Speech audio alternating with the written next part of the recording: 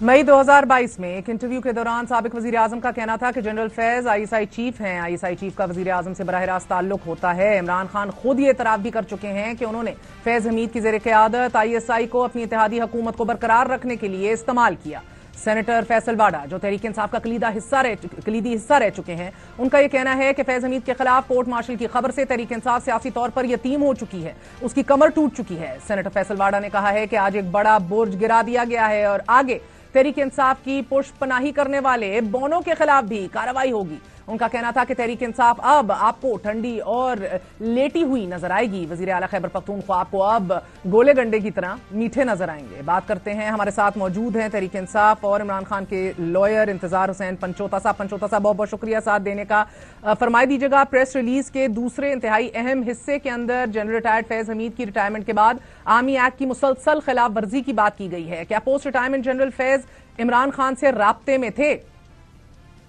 जी देखिए, आज खान साहब से जो हमारी मुलाकात हुई जेल के अंदर, उसके अंदर खान साहब ने बड़ा वाज़े ये कहा कि ये आर्मी का अंदरूनी अकाउंटेबिलिटी का सिस्टम है जिसके साथ हमारा कोई ताल्लुक नहीं है। दूसरे हिस्से के ऊपर भी बात हुई और दूसरे हिस्से के ऊपर जब अगर उन्होंने कहा कि इसका हमसे तो किसी तरह का कोई लिंक नहीं रहा, और अगर कोई 9 मई के साथ इनको वो लिंक करने की कोशिश करते हैं तो 9 मई पे हमारी जो डिमांड है वो बड़ी क्लियर और कैटेगोरिकल है कि हम पहले दिन से कह रहे हैं कि कमीशन बनाएं। हम पहले दिन से ये कह रहे हैं कि ये पता चलाया जाए कि ये साजिश किसने की थी, किसने मेरी अबडक्शन का हुक्म दिया था।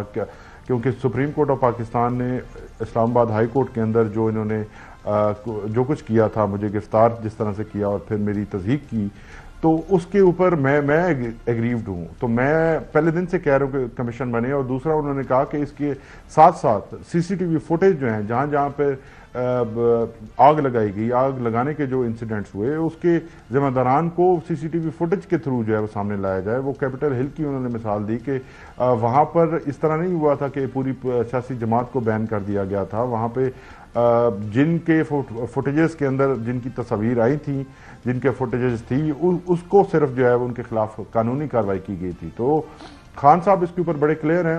वो इसको बिल्कुल उनका बिल्कुल क्लियर स्टांस था कि ये उनका अंदरूनी मामला है और इससे जो है हमें तो इसके अलावा जो है हमारा तो कोई कमेंट नहीं है इसके ऊपर। सर, मैं अभी उनकी राब्ते की नौयत के ऊपर आऊंगी, लेकिन आपकी जमात के रहनुमाओं से राब्ते बताया जा रहा है कि मौजूद थे। इस हवाले से आज गुफ्तगू हुई आपकी साबिक वजीर आजम से? जी देखिए, मैं खान साहब की हद तक आपको क्लियर कर दूं कि खान साहब के साथ किसी किस्म का राब्ता नहीं रहा।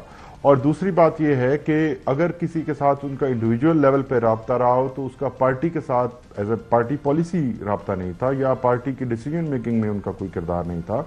तो पार्टी का तो ज़ाहिर है एक जो तंजीमी हमारा स्ट्रक्चर है उसके अंदर अगर किसी के साथ जाती ताल्लुक हो, जाती नौयत का हो, तो खान साहब तो बड़े कैटेगोरिकल रहे हैं। खान साहब ने तो कहा है कि मेरा तो जब अक्टूबर 2021 में उनको DGISI के ओहदे से ट्रांसफ़र किया गया तो उसके बाद से तो मेरा उनके साथ कोई ताल्लुक नहीं है। उस वक्त तक भी जो ताल्लुक था वो प्रोफेशनल ताल्लुक था, वो DGISI थे, मैं वज़ीर आज़म था।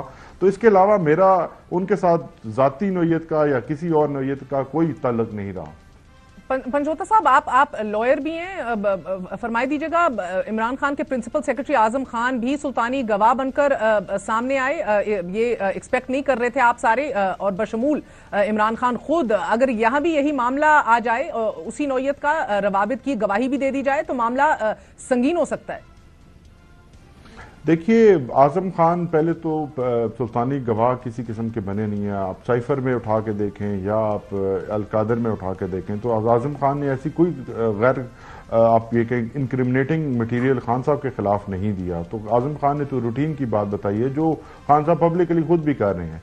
और दूसरी बात रही कि ये जो अगर ये इल्ज़ाम लगाया जाता है तो इसके ऊपर जाहिर है जो पोजीशन है, जो क्लियर पोजीशन आज खान साहब ने बताई है, मैं आप तक वो पहुंचा रहा हूं कि उन्होंने कहा है कि मेरा तो किसी से इस किस्म का कोई राब्ता नहीं। और बिलखुसूस इनका नाम लेकर उन्होंने कहा, बल्कि उन्होंने तो कहा कि जो उस वक्त ट्रांसफर किया गया था इनको, मेरी जाती राय के खिलाफ किया गया था, क्योंकि वो समझते हैं कि उस वक्त जरूरत थी, क्योंकि अफगानिस्तान के अंदर जिस तरह से रजीम चेंज हुई थी, तो रजीम चेंज के जो असरात हैं वो हम तक आ सकते थे और आए भी किसी हद तक।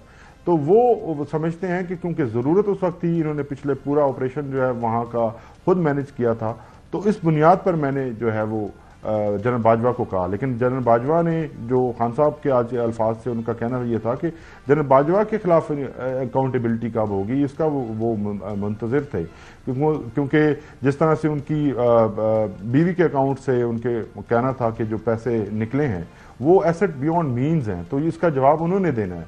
इसके अलावा जो एक्सटेंशन के लिए अपनी उन्होंने इनको ट्रांसफर किया और नवाज शरीफ के साथ उनकी डील हुई, तो ये सारी बातें जो है वो ख्वाजा आसिफ साहब और बाकी PMLN के जो लीडर्स हैं वो वाज़े तौर पर सारी स्टोरी ब्रेक कर चुके हैं कि इनफैक्ट तो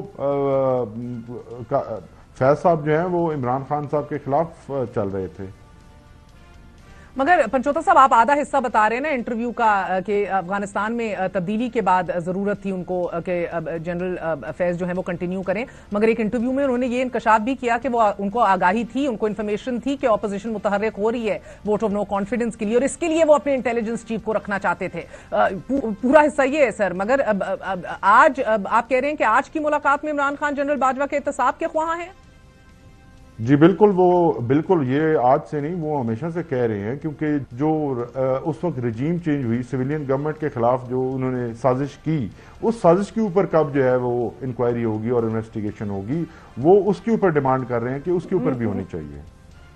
मगर पंचोता साहब, एक जो बड़ा अहम हिस्सा है, जिस तरह मैंने आपको शुरू में कहा, वो प्रेस रिलीज के अगले हिस्से पे है, जिसके ऊपर ख्वाजा आसिफ साहब का ये कहना है कि पोस्ट रिटायरमेंट जो इवेंट्स हुए हैं इस मुल्क में, उसमें जनरल रिटायर्ड फैज का डायरेक्टली या इनडायरेक्टली हाथ होगा।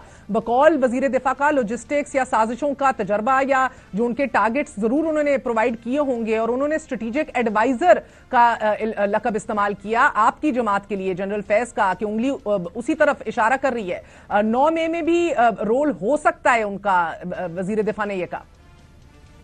देखिए, ये उनकी जाती ख्वाहिश जरूर हो सकती है, लेकिन मैंने आपको बिल्कुल कैटेगोरिकली बताया है कि खान साहब ने आज की इस अरेस्ट जो है उसको उन्होंने बिल्कुल, ये कल जो अरेस्ट हुई है, इसको उन्होंने कहा कि ये उनका अंदरूनी मामला है। अब अंदरूनी मामले के ऊपर हम इससे ज़्यादा कमेंट नहीं कर सकते कि ये अकाउंटेबिलिटी है, एक प्रोसेस अगर उन्होंने किया है तो बड़ा अच्छा है, और अकाउंटेबिलिटी के प्रोसेस के अंदर उन्होंने फर्दर जो डिमांड की वो ये कहा कि अगर बाजवा साहब का हो तो वो भी बहुत अच्छा होगा, क्योंकि उन्होंने एक इलेक्टेड गवर्नमेंट के खिलाफ साजिश की थी।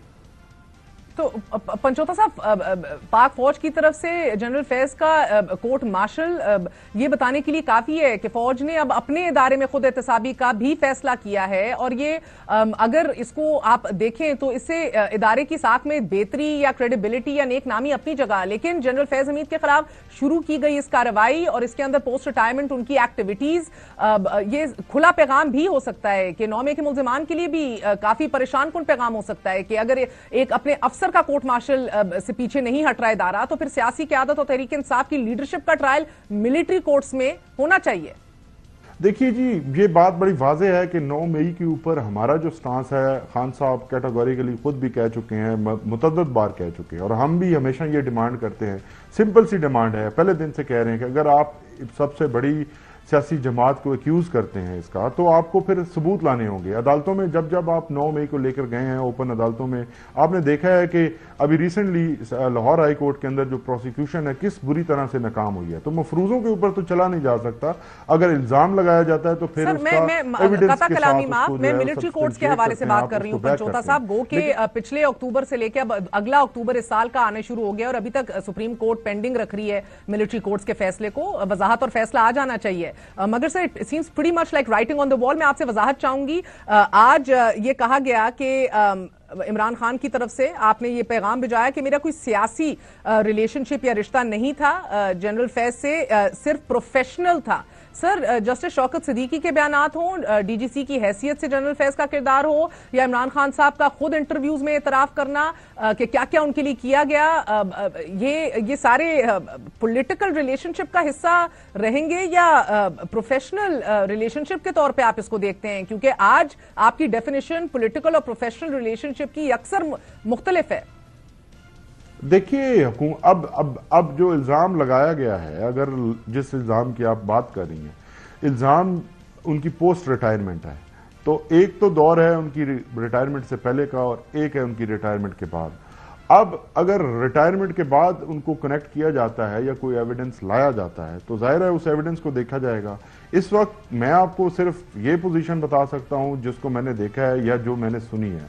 मेरे सुनने में और बताने में एक वर्ड का या सेंटेंस का भी आपको डिफरेंस नहीं मिलेगा। खान साहब बड़े क्लियर थे, बड़े काम थे, बिल्कुल। आज उन्होंने रिलैक्स होके अपनी बाकी चीज़ों के ऊपर बातचीत की है, तो हम इससे बिल्कुल खाइफ नहीं है। हमने हर किस्म के इल्ज़ामात सहे हैं, इद्दत जैसे घटिया इल्ज़ामात भी सहे हैं, साइफर जैसे इल्ज़ामात भी सहे हैं। तो इस 9 मई के जो अगर कोई नया एंगल देने की कोशिश की जाती है तो इससे भी घबराने की तो कोई बात नहीं है, बिल्कुल नहीं घबराए हुए।